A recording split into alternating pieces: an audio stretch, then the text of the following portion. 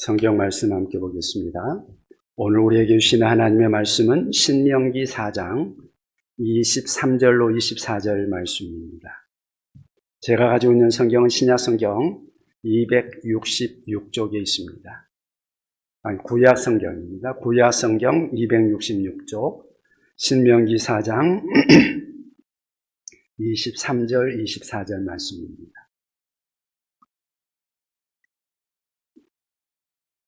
신명기 4장 23절, 24절 제가 봉독하겠습니다. 너희는 스스로 삼가 너희의 하나님 여호와께서 너희와 세우신 언약을 잊지 말고 내 하나님 여호와께서 금하신 어떤 형상의 우상도 조각하지 말라. 내 하나님 여호와는 소멸하는 불이시요 질투하시는 하나님이시니라. 아멘. 오늘은 신명기 4장 23절로 24절 말씀을 중심으로 해서 질투하시는 하나님이라는 제목으로 함께 말씀을 나누고자 합니다. 지상에서 가장 지극한 사랑은 아마 어머니의 사랑일 것입니다. 자식을 향한 어머니의 지극한 사랑, 그건 세상의 어떤 것과 아마 비교할 수 없을 것입니다. 자식이 위험에 처하면 자식을 구하려고 불구덩이 속에라도 뛰어드는 것이 어머니의 사랑이죠. 세상에 누가 그렇게 할 수 있겠습니까? 자신의 생명도 돌아보지 않고 자식을 사랑하는 그 사랑이 바로 어머니의 사랑이라고 말할 수 있을 텐데, 우리에게 이 어머니의 사랑을 주신 그분이 누구냐 하는 것이죠. 그런 어머니를 주신 하나님의 사랑, 우리가 함께 생각해 보게 하는 것입니다. 그런 어머니의 사랑, 그 마음이 어디에서 나왔을까? 하나님의 사랑의 그림자라는 것이죠. 우리를 섬겨주시는 하나님의 그 사랑을 한번 생각해 보시기 바랍니다. 하나님께서 우리를 사랑하실 때 그 사랑하시는 아들을 우리를 위하여 내주셨습니다.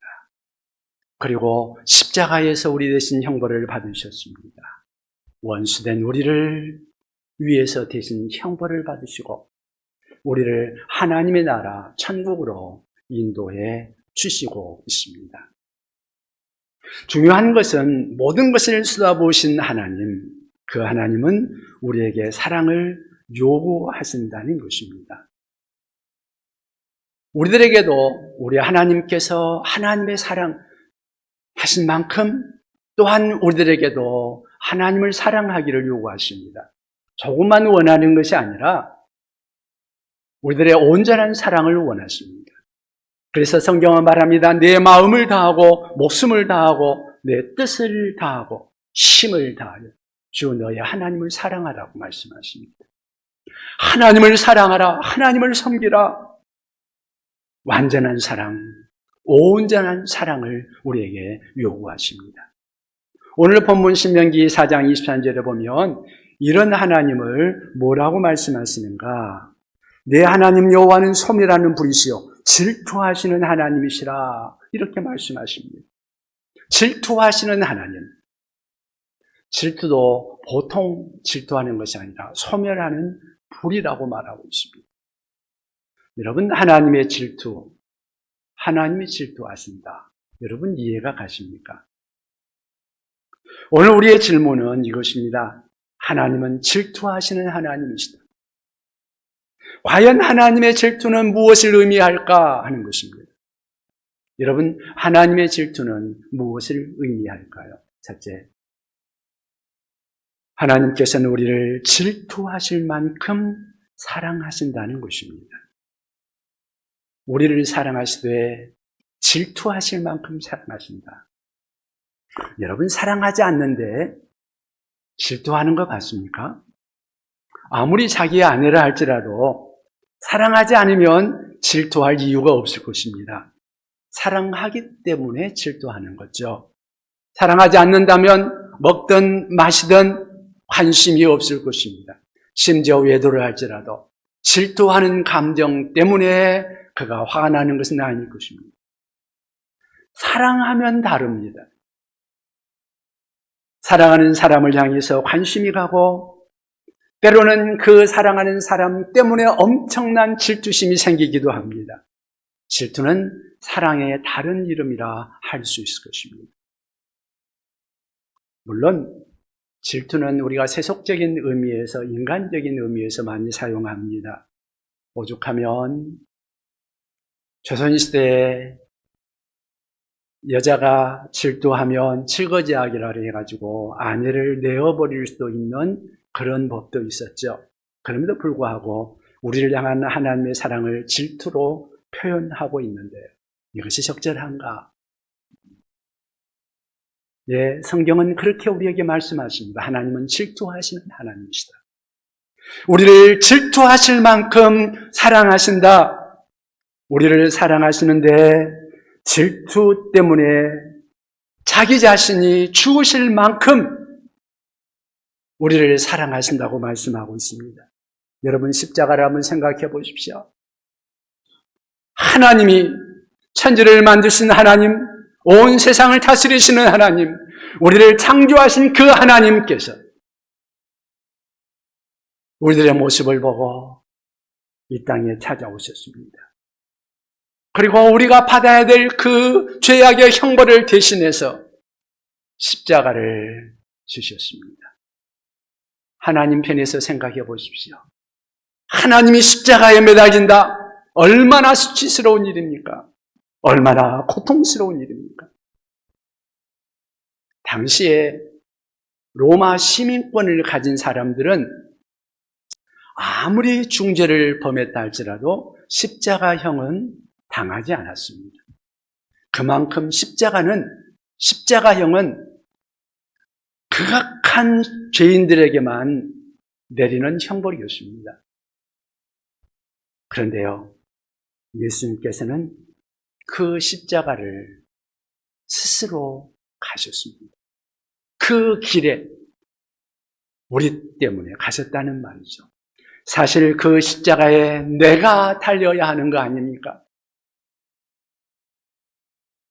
어쩌면 그것은 우리의 몫이었습니다. 그만큼 우리는 하나님 앞에서 큰 죄인인 것이 사실입니다. 그런데 예수님께서 대신 그 길을 가셨다. 왜 그랬을까요? 그것은 우리를 사랑했기 때문입니다.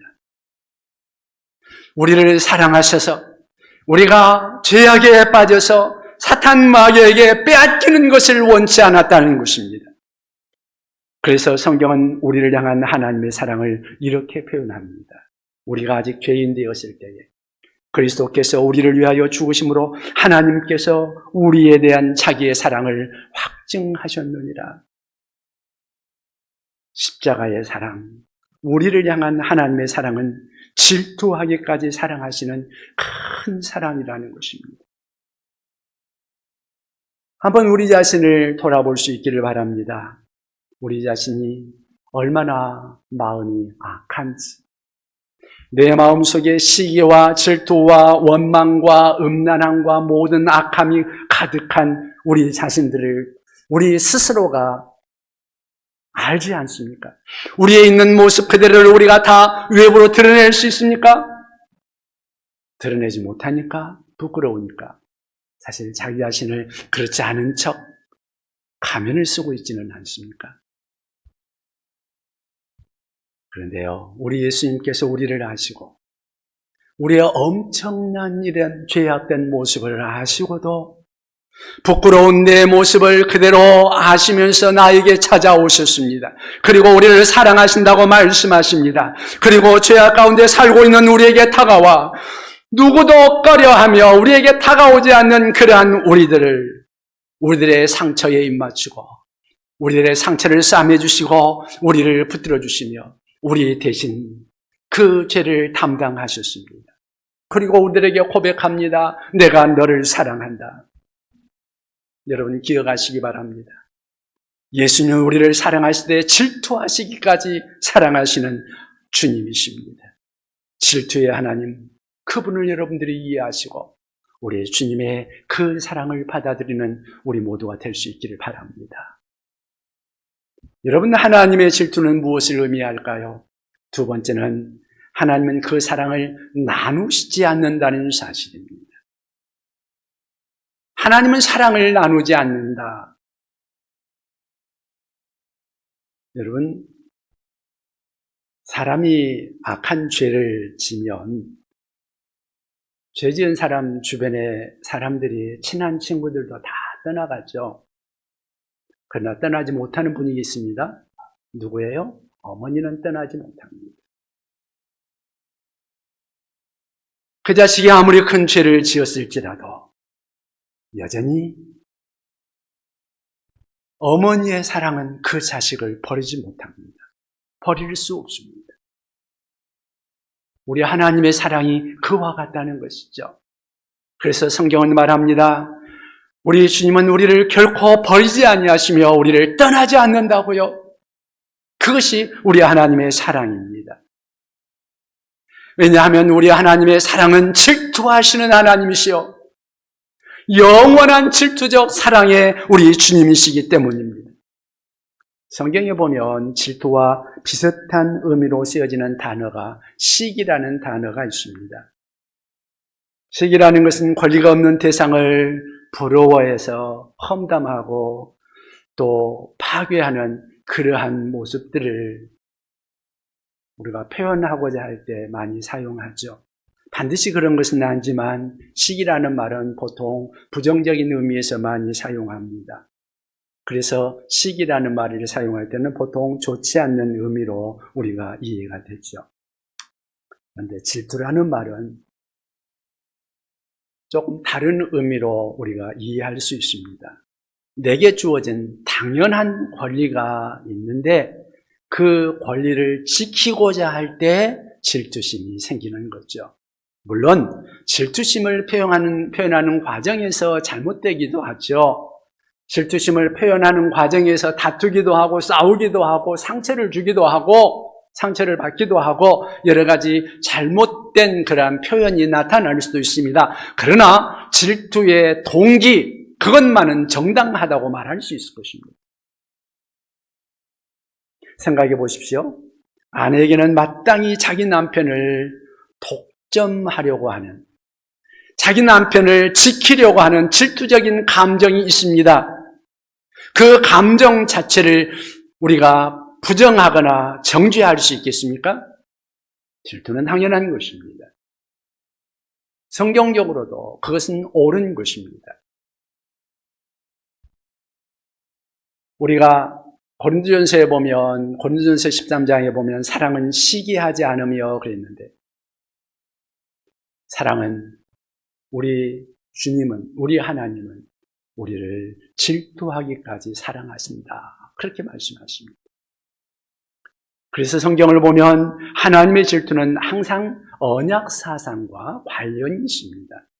그냥 나오는 말이 아니라 하나님과 하나님의 백성과의 언약의 관계에서 이 질투의 개념은 나온다고 보시면 되겠습니다. 신명기 4장 23절을 우리 다 같이 다시 한번 읽어보면 좋겠습니다. 신명기 4장 본문 4장 23절을 같이 읽겠습니다. 너희는 스스로 삼가 너희의 하나님 여호와께서 너희와 세우신 언약을 잊지 말고 내 하나님 여호와께서 금하신 어떤 형상의 우상도 조각하지 말라. 여호와께서 너희와 세우신 언약을 잊지 말고 그랬습니다. 너희와 나 어떤 관계냐? 언약의 관계다. 그러니 잊지 말고 지켜야 하는다. 그런데 정말로 잊지 말아야 할 것이 있는데 그것은 하나님께서 우리와 언약을 맺고 우리를 독점하고 계신다는 것입니다. 그래서 하나님 외에 다른 우상을 만들지 말라. 여러분, 우리가 결혼할 때요, 남자와 여자가 서로 언약을 맺습니다. 약속을 하는데 그때 뭐라고 약속합니까? 남편에게 이 여자만을 사랑하고, 그러죠? 아내에게 이 남자만을 사랑하고, 여러분 다 그런 언약 하셨죠? 그리고 결혼하셨을 것입니다. 언약을 맺으면 그때부터는 나만의 아내가 되고 나만의 남편이 되는 거죠. 공유하지 않습니다. 딴짓하면 딴짓할 때 질투할 권리가 있는 거죠. 하나님과의 관계도 마찬가지입니다. 우리가 예수를 믿고 우리 예수님을 영접하면 이제 그때부터 우리 하나님과의 언약의 관계가 형성됩니다. 우리는 언약의 백성이 되었습니다. 언약의 자녀가 되었습니다. 신약적인 표현으로 말하면 예수님은 내 신랑이요 나는 예수님의 신부가 되었습니다. 따라서 예수 신랑 외에 누구와도 사랑을 나누어서는 안 됩니다. 만일 예수님보다 더 사랑하는 무엇이 있다면, 예수님보다 더 아끼고 예수님보다 더 생각하고 하는 어떤 대상이 생겼다면 그것이 우상이라는 것입니다. 그것이 영적인 음행이요, 그것이 영적인 간음입니다. 야고보서 4장 4절에는 그렇게 말합니다. 간음한 여인들아, 세상과 벗된 것이 하나님과 원수됨을 알지 못하느냐. 그런즉 누구든지 세상과 벗이 되고자 하는 자는 스스로 하나님과 원수되는 것이니라. 세상과 벗되고 세상과 사랑하고 세상을 취하는 것, 그것이 영적인 간음이다. 하나님과 원수되는 것이다. 왜 그런 말을 할까요? 계속해서 야고보서 4장 5절에는 그렇게 말합니다. 너희는 하나님이 우리 속에 거하게 하신 성령이 시기하기까지 사모하신다는 말씀을 헛된 줄로 생각하느냐. 하나님이 우리를 사모하신다. 하나님은 질투하시는 마음을 가지고 계신다. 그러니 우리가 하나님 외에 다른 어떤 것을 사랑하면 그것은 우리 하나님이 질투하게 만드는 것이다. 그렇다면 이 시간 내 자신을 한번 돌이켜보시기 바랍니다. 혹시 내 안에 하나님보다 더 사랑하고 집착하는 그 무엇이 있습니까? 그것이 혹시 돈이 아닙니까? 명예입니까? 취미입니까? 자식입니까? 아내입니까? 남편입니까? 하나님을 사랑하는데 하나님과 나 사이를 갈라놓은 하나님보다 더 사랑하는 것이 있다면 꼭 기억하시기 바랍니다. 하나님의 거룩한 질투가 거기에서부터 시작됩니다. 왜냐하면 하나님은 질투하시는 하나님이시기 때문입니다. 하나님은 그 사랑을 나누시지 않는 분이십니다.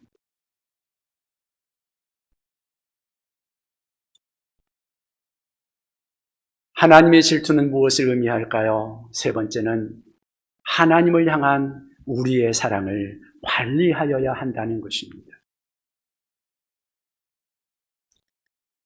우리가 하나님을 사랑한다고 할 때 하나님에 대한 사랑을 관리해야 한다. 현대인들은 많은 것을 관리하며 살지 않습니까? 건강을 관리하면서 살아가고 돈을 관리하고 여자들 외모를 위해서 얼마나 많이 외모를 관리합니까? 그리고 사업하는 사람들은 거래처를 관리하며 정말로 신경을 쓰면서 관리하면서 살아가죠. 관리에 실패하면 퇴보합니다. 잘못하면 몰락합니다. 잘하면 점점 내가 하던 것들이 발전해 나가겠지요. 그런데 여러분, 우리의 일생에서 관리 중에서 우선적으로 관리해야 되는 것이 무엇일까요? 그것은 아마 관계의 관리일 것입니다. 사랑의 관리. 가정에서도 사랑이 잘 관리되어야 할 것입니다. 직장에서도 인간관계가 잘 관리되어야 되고 교회에서도 사랑이 흘러 넘쳐야, 그래야 행복하지 않겠습니까? 사람들과의 관계에서 이 관계의 관리를 잘못하면, 사랑의 관리가 잘 되지 못하면 사람은 결코 행복하지 못합니다. 여러분, 우리의 행복이요, 사람과의 관계가 나빠지기 시작하면 결코 행복하지 못합니다. 행복은 관계에 있습니다. 그리스도인들에게 있어서 가장 우선적으로 관리해야 되는 것이 무엇인가? 그것은 하나님과의 사랑의 관계라는 것입니다. 하나님과의 관계가 너무너무 은혜롭고 좋다. 그러면 하나님의 은혜가 강수같이 내 심령에 흘러 넘칩니다. 그래서 하나님의 사랑이 봄 햇살같이 나를 따스하게 내리비치며 하나님과의 관계가 참으로 풍요로운 관계가 이루어질 때, 그때는 내가 하나님 앞에 기도할 때마다 나의 기도가 하나님 앞에 있는 그대로 다 상달되는 것 같습니다. 그리고 내가 찬양할 때마다 나의 찬양의 기쁨이 넘치며 그 찬양의 향기가 하나님을 향하여 흘러 올라가는 것 같습니다. 얼마나 좋습니까? 그러한 느낌이 우리 하나님과의 사랑의 관계가 흡족할 때, 풍성할 때, 자연스러울 때, 흘러 넘치는 그 사랑 가운데 있을 때 우리 속에서 이루어지는 현상들이죠. 그때 우리의 심령이 얼마나 기쁘고 행복합니까? 문제는 자칫 하나님과 나 사이에 뭔가가 끼어들 수 있다는 것이죠. 그것이 돈일 수도 있습니다. 그것이 명예일 수도 있습니다. 권력에 대한 욕망일 수도 있습니다. 또 어떤 사람에게는 취미생활일 수도 있습니다. 아니면 남편일 수도 있고 아내일 수도 있고 자식일 수도 있겠죠. 하나님과 나 사이를 가로막는 그 무엇이 있다면 그것은 우상이라는 것입니다. 여러분, 부부 사이에 무언가가 끼어들었다. 그러면 어떻게 됩니까? 너무 바쁘게 살다 보니까 남편이 아내를 돌봐줄 여유가 없어요. 아내가 말을 해도 제대로 들은 둥 마는 둥 하고 자기 할 일에 너무 바빠 있으면 아내는 그때부터 소외감을 느끼고, 내가 저 남자를 바라보고 결혼했는데 얼마나 속상하기 시작합니까? 사업한다고 바쁘고 자기 일에 바쁘고 바빠가지고 그냥 자식 키우느라고 바쁘고 내가 취미생활 하느라고 바쁘고, 그러다 보면 그렇게 여러 날이 지나가고 어느 날 보면 부부 사이에 간격이 멀어져 있는 것을 발견하잖아요. 부부 사이에 돈이 끼어듭니다. 부부 사이에 권력이 끼어들고 쾌락이 끼어들고, 그러면서 부부 사이에 여러 가지 많은 다른 것들이 끼어들면 그때부터 두 사람의 사이가 사랑이 식어들고, 그리고 의심이 그 사이에 싹트게 되고, 그러다 보면 큰 소리가 나고 오히려 여러 가지 문제되는 일들이 발생합니다. 그러면서 둘 사이가 점점 거리가 멀어지는 일들이 생기는 거죠. 그 유행가에 그런 노래가 있죠. 당신과 나 사이에 저 바다가 없었다면 쓰라린 이별만은 없었을 것을. 해 저문 부두에서 떠나가는 연락선을 가슴 아프게 바라보지 않았으리.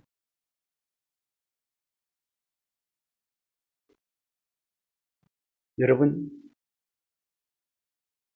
관리를 잘못하면 나타날 수 있는 현상들이죠. 관계를 잘 관리할 수 있는 여러분 되시기를 바랍니다. 하나님께서 우리에게 관리를 잘 할 수 있도록 해서 우리에게 주신 계명이 있는데 그것이 십계명이죠. 하나님과 나 사이의 관계에서 그 계명을 주셨습니다. 1계명에 뭐라고 말씀합니까? 너는 나 외에 다른 신을 내게 있게 하지 말라. 너와 나 사이에 뭔가가 끼어들지 않도록 관리하라 말씀하고 있는 것입니다. 출애굽기 3장 14절에도 말씀합니다. 너는 다른 신에게 절하지 말라.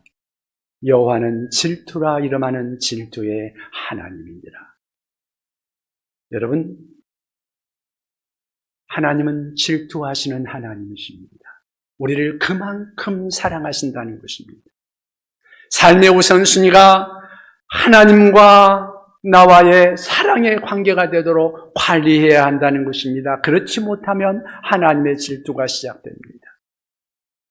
이스라엘 백성들을 보시기 바랍니다.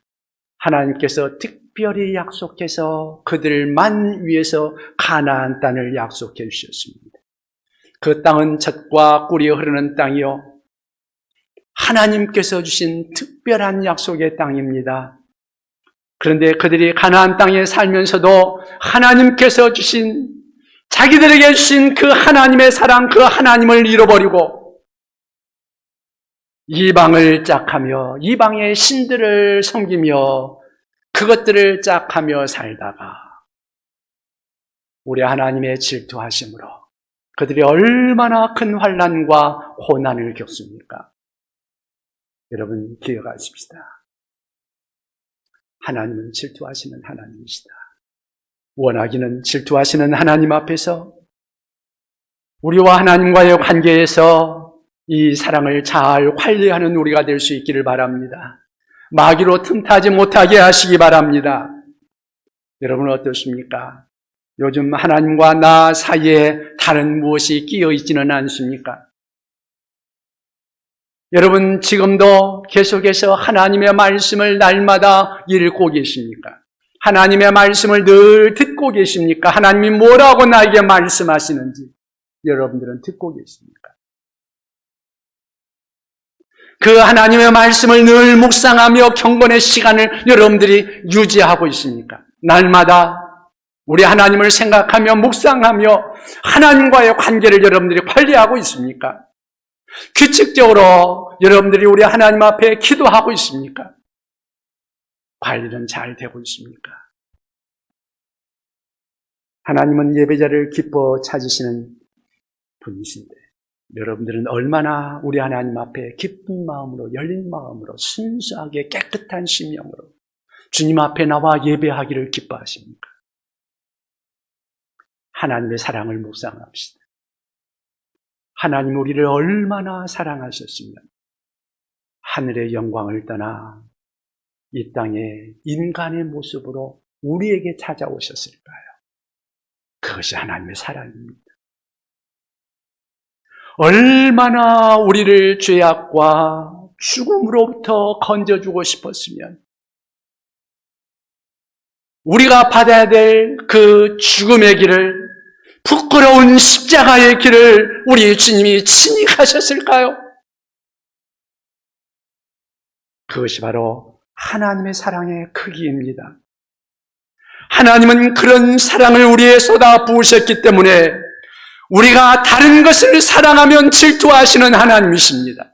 자신의 모든 것을 쏟아부으며 우리에게 주신 그 십자가의 사랑, 그 사랑으로 우리에게 쏟아부으신 사랑이 있기에 우리가 다른 것을 사랑하면, 주님보다 다른 어떤 것을 더 사랑한다면 질투하시는 하나님이십니다. 하나님의 그 큰 희생을 헛되이 되지 않기 위해서 하나님은 여전히 우리를 돌보고 계십니다. 우리가 기도하면 들으시고 우리가 위험에 빠지면 우리를 그 가운데서 건져내시고 끊임없이 우리를 돌보고 계십니다. 그러면서 우리를 여전히 사랑하고 계십니다. 그리고 그 사랑을 다른 누구와도 나누고 싶어 하지 않습니다. 다른 어떤 것으로도 나누어 주고 싶어 하지 않습니다. 우리 하나님은 우리가 주님을 전적으로 사랑하고 주님만을 사랑하기를 원합니다. 우리들의 온전한 사랑을 원합니다. 마음을 다하고 뜻을 다하고 힘을 다하여 내 모든 것을 다하여 우리 하나님을 사랑하기를 우리 주님은 원하십니다. 그렇게 하기 위해서, 하나님을 알도록 하기 위해서 성경을 우리에게 주셨습니다. 그러면서 하나님을 알고 하나님을 사랑하라는 것입니다.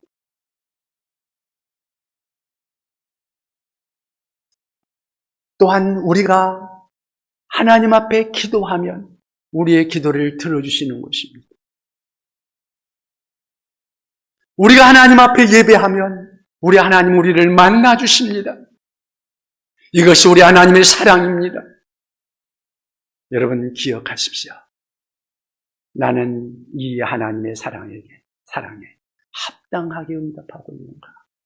오늘 이 시간 우리 하나님의 사랑에 그렇게 응답하며 남은 인생 우리를 질투하시기까지 사랑하시는 그 하나님과의 관계에서 이 하나님의 사랑을 잘 관리하며 승리하는 인생을 살아가는 우리 모두가 될 수 있기를 주 예수님의 이름으로 축원합니다. 기도하겠습니다.